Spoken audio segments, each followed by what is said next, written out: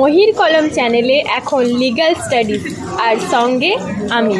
Consumer protection act অর্থাৎ ক্রেতা সুরক্ষা আইন সম্পর্কিত একাধিক ভিডিও কিন্তু আমরা আগে এই চ্যানেলে আপলোড করেছি, যে who is the consumer, what is the right of consumer, এই ধরনের ভিডিও কিন্তু আমাদের মহির কলম যদি সার্চ করেন তাহলে কিন্তু পেয়ে যাবেন। আজকে একটা বিষয় নিয়ে বলছি যে আমরা প্রতিদিন কিন্তু কোনো না কোনো জিনিস কেনাকাটা করি, সেটা AC, TV, fridge, mobile phone, এইরকম ইলেকট্রনিক্স গুড হতে পারে, আবার শাড়ি, জামা কাপড়, এগুলো আমরা কিনি।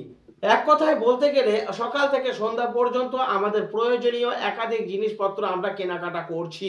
এবার কেনাকাটা করার পর যদি আমরা ঠকে যাই কিনতে গিয়ে, অর্থাৎ কোনো একটা জিনিস কিনে নিয়ে এলাম, তারপর সেটার মধ্যে ফল্ট বের হলো, অর্থাৎ কাটা ছেঁড়া রয়েছে, অথবা ইলেকট্রনিক্স কোনো গুডস কিনলাম, সেখানে দেখা যাচ্ছে ঠিকঠাক চলছে না, সেক্ষেত্রে আমরা দোকানদারকে গিয়ে অর্থাৎ বিক্রেতাকে গিয়ে বলতেই পারি আপনার দোকান থেকে যে জিনিসটা আমরা কিনেছি সেটা সঠিক নয়, এটা আপনি ফেরত নিন। দোকানদার যদি ফেরত নিয়ে চেঞ্জ করে দেন অর্থাৎ রিপ্লেস করে দেন, নিশ্চয়ই সেটা ভালো কথা।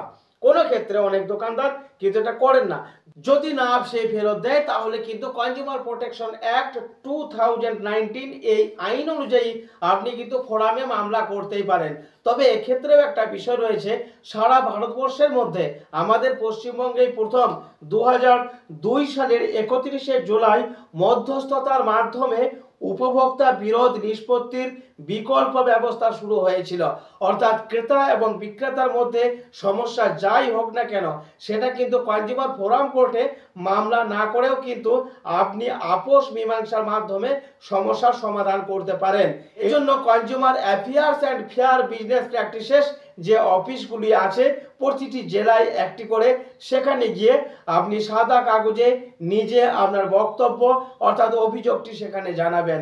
সেই কর্তৃপক্ষে যিনি প্রধান দায়িত্বে থাকেন তাকে বলা হয় এডি, অ্যাসিস্ট্যান্ট ডিরেক্টর, এবং তিনি আপনার বিবাদী পক্ষকে নোটিশ করবেন। সেই নোটিশের ভিত্তিতে তিনি সেখানে হাজিরা দেবেন এবং দুই পক্ষকে বসিয়ে এক টেবিলে বসিয়ে আপোষ মীমাংসার মাধ্যমে কিন্তু আপনার সমস্যার সমাধান হবে।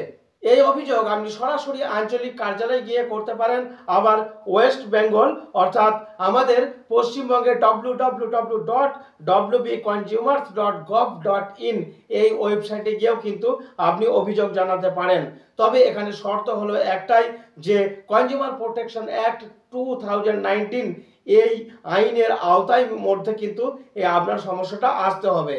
আঞ্চলিক কার্যালয় ছাড়াও ক্রেতা এবং বিক্রেতা এই দুজনের সমস্যা আপোষ মীমাংসার জন্য 2010 সালের মে মাসে central consumer grievance redressal cell গঠন করা হয়, যা কলকাতাতে অবস্থিত।